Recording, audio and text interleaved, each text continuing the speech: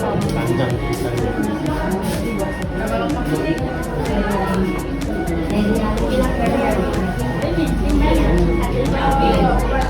kan dia semakin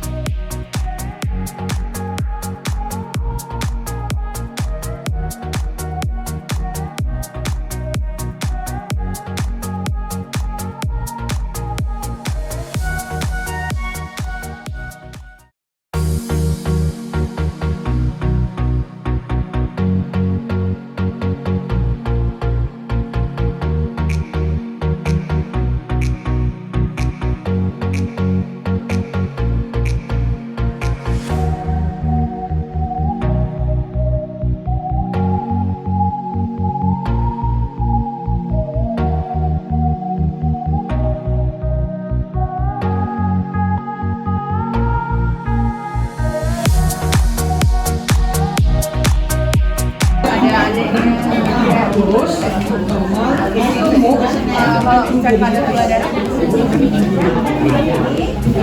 kalau ini kayak berapa gulanya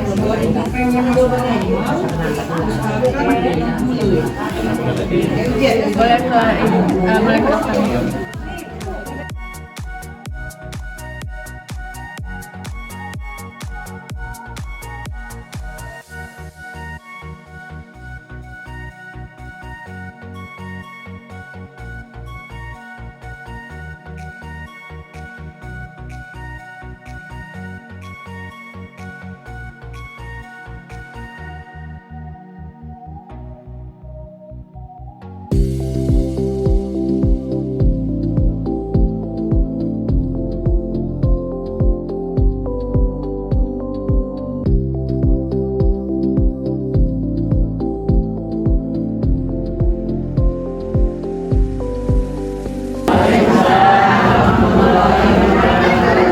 Alhamdulillahirrahmanirrahim. Wassalamualaikum warahmatullahi wabarakatuh. Yang saya hormati Kepala Desa Karangrejo, Kecamatan Stabak, Kabupaten Langkat, Provinsi Sumatera Utara, Bapak Solehan, Bapak Suryadi Solehan. Ini kemudian di sini sudah hadir Bapak Dr. Oka Muhammad Saputra, MKes, Pak Dokter kita yang hari ini akan memberikan pengarahan ya dan bimbingan juga. Kemudian ada yang kita cintai bersama, Ibu Profesor kita, kebanggaan Desa Karangrejo, Ibu Profesor Dewi Kurniawati, MSI. Kemudian saya sendiri ya sebagai anggota juga Dr. Emilia Ramadhani, SSMA. Kemudian di sini ada adik-adik dari Fakultas Kedokteran. Mana adik-adiknya? Adik-adik, oh tuh dia di belakang ya. Yang bentar lagi udah mau wisuda nih ya, eskep ya, sarjana kedokteran. Ada Kak Pinsi ya, yang paling kecil mungil untuk Kak Pinsi. Yang tengah nih, abang yang agak ya lumayan besar ya, masih masa pertumbuhan, ada Bang Akil. Kemudian ada Kak Lona ya, Kak Lona yang manis-manis gemes gitu ya. Kemudian ada dua mahasiswa kita dari psikologi juga. Jadi Bu ada gangguan mental juga boleh ya Bu ya. Kalau mau nanya ada alumni di belakang itu khusus klinis ya. Jadi kalau ada gangguan mental juga boleh Bu bertanya untuk dengan Bang Syafiq Espesi ya. Dia mengambil juga ke psikolog. Kemudian ini ada yang sedang anak-anak yang mau sidang berjauh ya, mau skripsi, ada adik kita, adik Rahman Ma'arif. Sesuai dengan namanya Rahman, orangnya penyayang, manis dan menggemaskan juga. Oke, baik ya Bapak Ibu, terima kasih sudah hadir ya di kegiatan pengabdian masyarakat Universitas Sumatera Utara dengan kajian seperti yang di judul ini ya tentang screening dini diabetes mellitus ya melalui pemeriksaan antropometri. Jadi tadi ada ibu disuntik enggak ya? Enggak disuntik Bu. Ini merupakan apa istilahnya ya, deteksi dini, ya deteksi awal untuk diabetes, untuk gula. Jadi nanti dari sini kita yang memutuskan. Kalau kita OB hasilnya, mungkin kita harus periksa, cek gula darah ke puskesmas. Nah gitu. Jadi screening awalnya aja, deteksi dini gitu ya. Jadi nanti bapak itu juga bisa mencobakan ke orang tua, suami atau istri dan anak-anak kita. Dites pinggangnya, berat pinggang berapa, tinggi, berat badannya berapa, nanti disampaikan sama Pak Dokter Putra. Itu ya kira-kira. Makanya kami dari Fakultas Kedokteran kemudian berkolaborasi dengan Visi USU mencoba menghubungi Bu Dewi. Bu Dewi, kami ingin melakukan pengabdian gitu untuk masyarakat di sana biar apa ya, sadar gitu, sadar bahwa gula ini sangat berbahaya. Nanti kita lihat bahayanya apa gitu ya. Dan ada nggak obat gula ini? Ada Bu obat gula? Iya, sakit gula kayak gini nggak ada obatnya ya. Tapi dicegah bisa nggak Bu? Nah itu nanti yang akan disampaikan sama dokter. Saya panggilnya Kak Emil ya. Ini soulmate saya cukup lama dari FISIP sama-sama ada. Assalamualaikum warahmatullahi wabarakatuh. Salam sejahtera untuk kita semua. Dan cukup. Yang kami hormati Bapak Kepala Desa, Ibu, para kepala dusun, kemudian ibu-ibu semua, anggota Karangrejo. Karena saya biasa menyapa ibu-ibu pengajian, hampir mengucapkan itu ya, karena biasa kita ketemu di pengajian. Seperti saya katakan, saya sudah cukup lama berada di sini, bisa dibayangkan. Tim aja datang kemarin beberapa kayaknya. Saya bagian dari tim, tapi saya juga bagian dari warga ya. Jam 7 ya, bayangkan kalau saya ke kampus USU jam berapa. Dan itu saya lapori sejak tahun 1995 sampai sekarang.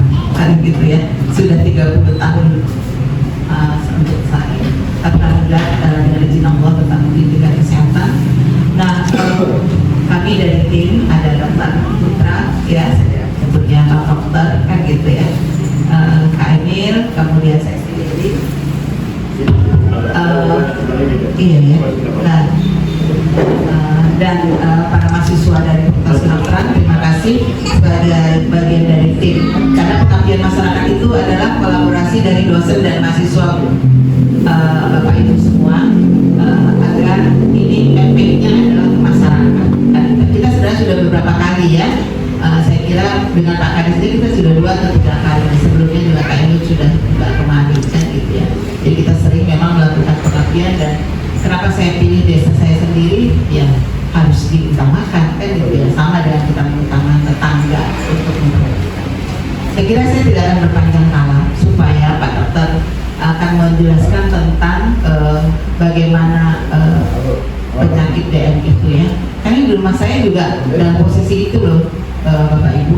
Jadi saya ajak kemari tidak bisa menerima kenyataan, nggak mau. Saya sebenarnya hampir tidak bisa menerima kenyataan juga, karena memang harus diet kan gitu. Saya sadari itu sebelum tadi timbang ya gitu ya, mengukur berat badan, mengukur pinggang. Tapi itulah, dengan kita memahami kondisi kita akan tahu apa yang harus kita lakukan. Mungkin Bapak Ibu sebagian bisa lihat dalam seminggu separah-parahnya sekali saya olahraga ya, jalannya 3 km, bawa makanannya 3 bungkus kan. Nah itu mungkin suka gagal. Olahraga di biji dan olahraga di Stabat juga gitu kan, karena Kak Fridi itu banyak makanan-makanan kan gitu ya. Olahraganya 3 kali putaran lapangan. Ya, kepada Bapak Kepala Desa saya persilakan.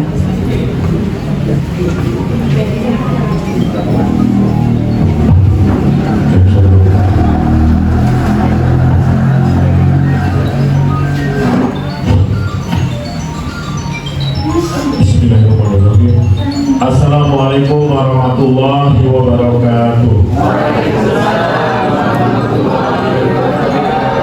Alhamdulillahirabbil alamin. Wassalatu wassalamu ala sayyidina Muhammadin wa ala alihi wasallam ajma'in.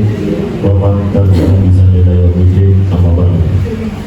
Pertama-tama dan yang utama, Mari selalu kita panjatkan puji syukur kehadirat Allah Subhanahu wa Ta'ala, Tuhan Yang Maha Esa, yang mana hingga saat sekarang ini masih banyak kenikmatan yang diberikan kepada kita semua, yaitu nikmat kesehatan, keselamatan, baik jasmani maupun rohani. Terutama pada pagi hari ini kita masih diberikan nikmat iman Islam dan nikmat kesempatan, sehingga kita dapat berkumpul bersama-sama di aula kantor Desa Karangrejo dalam rangka yaitu acara pengabdian kepada masyarakat, penyuluhan dan screening di diabetes mellitus melalui pemeriksaan antropometri. Nantinya akan dijelaskan oleh dokter-dokter yang berpengalaman. Kemudian selawat berkaitan salam mari sama-sama kita hadiahkan kepada baginda Nabi besar Muhammad SAW beserta para keluarga, sahabat dan seluruh pengikutnya. Semoga dengan mengikuti ajaran beliau, meninggalkan larangannya, banyak berselawat, kita termasuk golongan orang-orang yang akan mendapat syafaat atau pertolongannya baik di dunia maupun di akhirat. Amin, amin, amin. Tentunya yang sama-sama kita hormati Dr. Oka Muhammad Saputra M.Kes, yang beliau ini sudah tahu, sudah kenal, nanti beliau. Kemudian juga Profesor Dewi Kurniawan MSc, MSc PhD.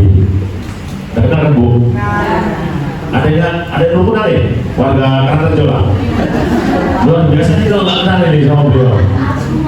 Oh, ini nggak kenal berarti jangan berbohong ibu.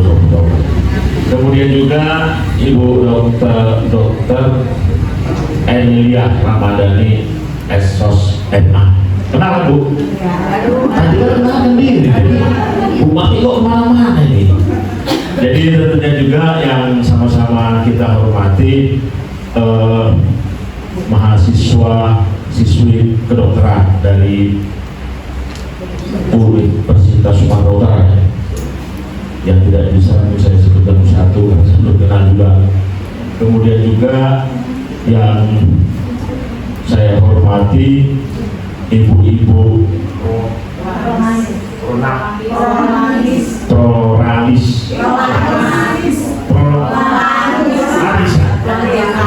ya udah itulah ya.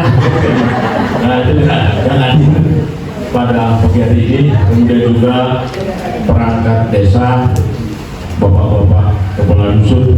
Kalau tadi Bu Dokter Emilia bilang mahasiswanya ikut perangkat saya juga Bu dokter gemoy itu. Katanya ada juga yang udah obesitas katanya gitu, makmur gitu. Tentunya juga yang saya hormati mantan pacar saya ini Bu, mantan pacar saya sekarang jadi istri gitu. Di Perajuk dia, ya kalau udah Perajuk repot. Tentunya juga yang saya hormati Bapak Ibu semua yang hadir, yang mungkin tidak bisa saya sebutkan satu persatu. Yang pertama tentunya ucapan selamat datang ke desa kami, Desa Karangrejo, Kecamatan Serapan, Kabupaten Langkat, Provinsi Sumatera Utara, yang pada hari ini tim pengabdian masyarakat hadir di tengah-tengah kita. Sekali lagi selamat datang semua dan kita doakan mudah-mudahan mereka selalu diberikan kesehatan, keselamatan di akhirat. Amin, amin ya rabbal alamin. Tentunya yang pertama juga ucapan terima kasih saya kepada seluruh tim dari USU. Mungkin Ades terkait aja ya, karena presentasi lagi kan cukup panjang. Kapan Ibu? Ya kan sengaja. Dan Bapak yang langsung terus ya. Iya, saya langsung aja. Jadi ini nama saya Dr. Oka Muhammad Saputra M.Kes. Dan saya Kepala Laboratorium Biologi Molekuler di Fakultas Kedokteran USU, juga staf biokimia di USU. Lanjut. Nah ini anggota tadi sudah dikenalkan. Terus, ya kita langsung ke obesitas. Langsung kita mengaku ada yang mengaku. Ya. Jadi walaupun dia obesitas, dia tetap senyum. Nah itu ya. Artinya bahwa walaupun dia gemuk, dia tetap usahakan pikirannya tetap senang, hidupnya tetap senang, uangnya banyak pasti ya kan. Nah, itu dia. Nah apa itu obesitas? Obesitas adalah suatu kondisi medis yang ditandai dengan kelebihan berat badan yang signifikan sehingga meningkatkan risiko berbagai masalah kesehatan. Jadi jangan anggap remeh dengan berat badan yang berlebih. Ya, banyak penyakit. Ya, ini 4 penyebab umumnya, yaitu keseimbangan energi atau asupan energi atau energi yang kita keluarkan itu tidak seimbang. Terlalu banyak makan tapi kerjanya cuma duduk, tidur, makan. Ya. Kemudian faktor genetik bisa. Itu yang tidak bisa kita lawan, tidak bisa kita cegah, faktor genetik. Jadi kalau ibu kita, bapak kita sudah gemuk, obes, ya, maka kemungkinan kita sebagai anak juga bisa obes. Terus apa yang kita lakukan? Tentu kita berusaha tetap diet, pola makan diatur, dan jaga kesehatan, ya. Kemudian kurangnya aktivitas fisik. Nah ini Pak Kades juga ya, anggota. Ya, jadi biasanya orang yang sering kerjanya di kantor juga bisa duduk makan, merokok, duduk makan, ya. Jadinya nanti dia menyebabkan obes karena energi yang masuk sarapan paginya itu tidak disalurkan dengan aktivitas, ya, maka dia akan disimpan menjadi lemak. Ya, lemak itu kalau tidak kita gunakan kembali tertimbun lagi dari pinggang, ada pager pinggang kiri, ya kan, pager pinggang kanan, ya, lemak kalau gini-gini kan goyang-goyang, ya, atau di tangan, di lengan digoyang-goyang ada lemaknya, atau di pinggul, ya, nah, itu adalah penumpukan lemaknya. Kemudian dia tadi yang tidak seimbang yang sudah kita sebutkan, lemaknya banyak, karbonya banyak, ya, terutama karbohidrat. Ini yang paling sering adalah kita konsumsi minum teh manis. Ya, ada. Siapa yang sering minum teh manis? Apa? Tidak. Kopi pahit, bagus. Dikurangi minimal kadar gulanya. Kalau tadi misalnya 2 sendok, dikurangi dulu 1 sendok. Karena kalau drastis itu nanti jadi agak loyong lah, lemas lah, ya. Nanti perlahan dikurangi. Kenapa? Resiko dengan meminum teh manis ini itu meningkatkan resiko untuk terkena sakit gula sebesar 20%. Nah, jadi Pak, boleh takut ya? Ya, resiko terkena. Kalau apalagi makannya jam 12 sampai jam 6, tak apa-apa, itu boleh bebas sebenarnya. Jam 6 stop, jangan makan lagi. Nanti jam 12 siang baru makan lagi. Bisa nggak kira-kira? Nah, jadi kalau ada lemak gimana? Nah, itu tadi yang saya bilang, dikurangi sedikit-sedikit sampai tubuh kita dapat terbiasa dengan yang kita lakukan. Kemudian olahraga, ya, olahraga yang paling ringan apa? Jalan. Jadi tergantung ibu-ibu main mana. Itu istilahnya intermittent fasting.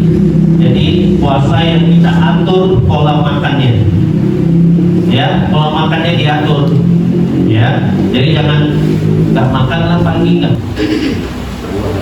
Nah, dari jam 12 siang sampai jam 6 boleh makan. tapi jangan berlebihan, jangan tuh langsung balas dendam istilahnya ini kan.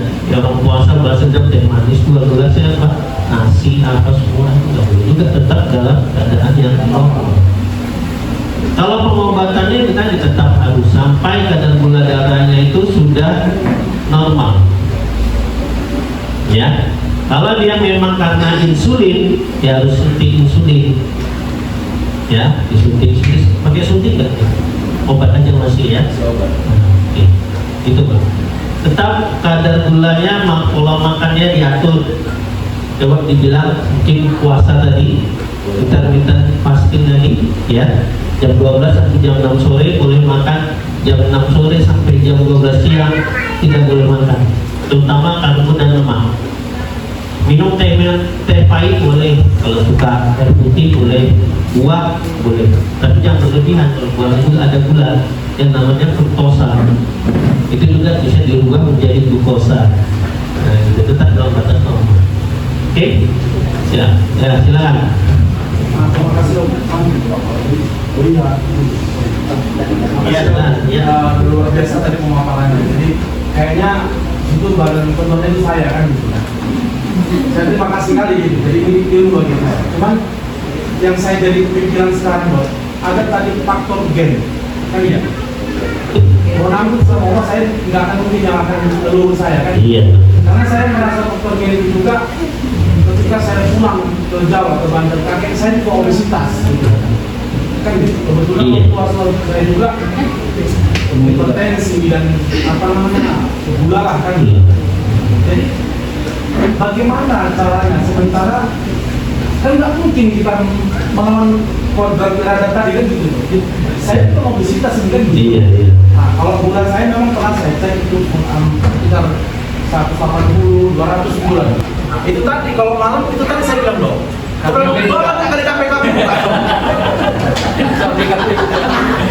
Itu udah. Berarti kalau malam apa yang keluar malam? Kecikir Pak. Kita sambil berdoa ya Allah turunkan berat badanku. Ini kawan-kawan kampus kok. Pasca kawan. Kawan, saya duduk di rumah. Dia keluar dulu. Aduh. Godaan. Berarti salah satu penyebabnya. Iya. Ya tergantung kita. Masalah yang tadi macam apa? Masalah kita tidak bisa kita atur, kita rubah. Ya. Kalau memang Mohon maaf. Ini kayaknya kan anak saya juga obesitas. ya makanya diatur makannya. Dikurangilah karbohidratnya, jajan, permen dikurangi. Minum jus walaupun dibeli di supermarket itu pasti ada gulanya, boleh lihat sendiri. Betul tidak? Jus loh, tapi dalam kemasan. Lihat kemasannya berapa karbohidratnya. Dari 1 liter itu atau 250 cc gulanya bisa sampai 1 gram, 2 gram. Masalah vitamin C nya malah sedikit. Jadi apa yang dapat? Air dan gula.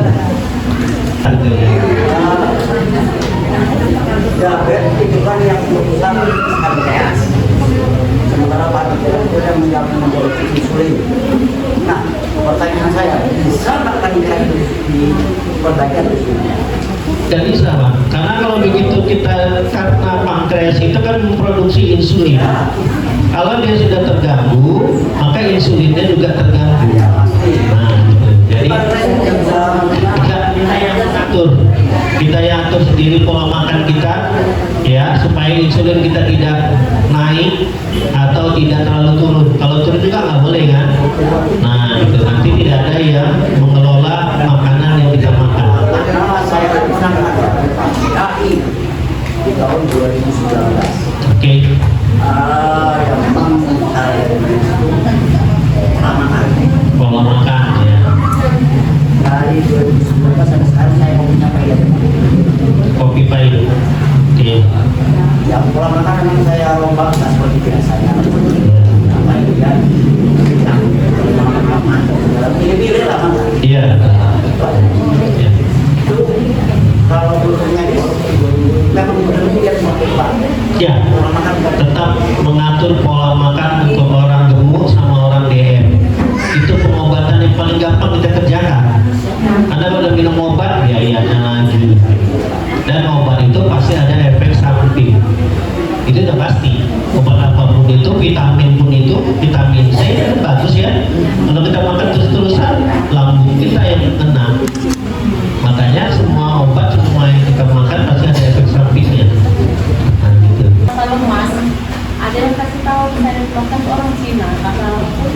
kalau dari baru masuk minum air baru pilihan jangan taruh teh.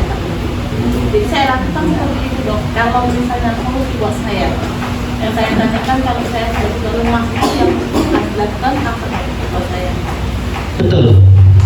Kalau tiba-tiba lemas, tetap obat yang pertama minum manis, buat air gula, sampai sadar. Kalau udah sadar ya berobat. Tanya mungkin tensinya turun, mungkin apa, ya. Nah itu hanya pengobatan atau cara mengatasi pertama kali orang pingsan minum teh manis memang. Saya pingsan, tapi nggak minum teh. Hah? Ayo boleh air putih gula, ya Bu. Kakak sampai pingsan. Jadi Sampai nambah 16 tahun saya. iya. Yes, masa luka lemas, keluarganya pingsan. Ya. Hampir Ya, hanya untuk memulihkan aja lagi. Kalau tiba-tiba itu biasanya pasti keadaan gula darah kita tuh drop turun. Jadi cara yang paling cepat minum teh gula, teh manis boleh. Tapi ya udah begitu naik. Silakan coba menangannya tadi. Ya, pegang tulang rusuknya. Ya, nah, tulang rusuknya. Gak ada tulangnya dok. Nah, dalam mana mungkin terus rusuknya mana? Ya, terus kemudian tulang pinggulnya, maka diambil dari tengahnya. Coba dulu. Tengahnya. Biasa aja, ya, nafas normal. Dan itu saat nafasnya dihembuskan. Berapa? Bilang aja. Bilang aja. 110. Ah, Kan untuk memotivasi dok ya. iya. Yang normal berapa? 90. 20. Bisa kita kurangi. Masih bisa dikurangi. Oke. Kemudian tinggi badan tadi tetap dari enggak ya. Tinggi badan berapa tadi? 175. Maka dihitunglah tadi berapa tadi hitungnya? Berat badan per tinggi badan dalam meter kuadrat.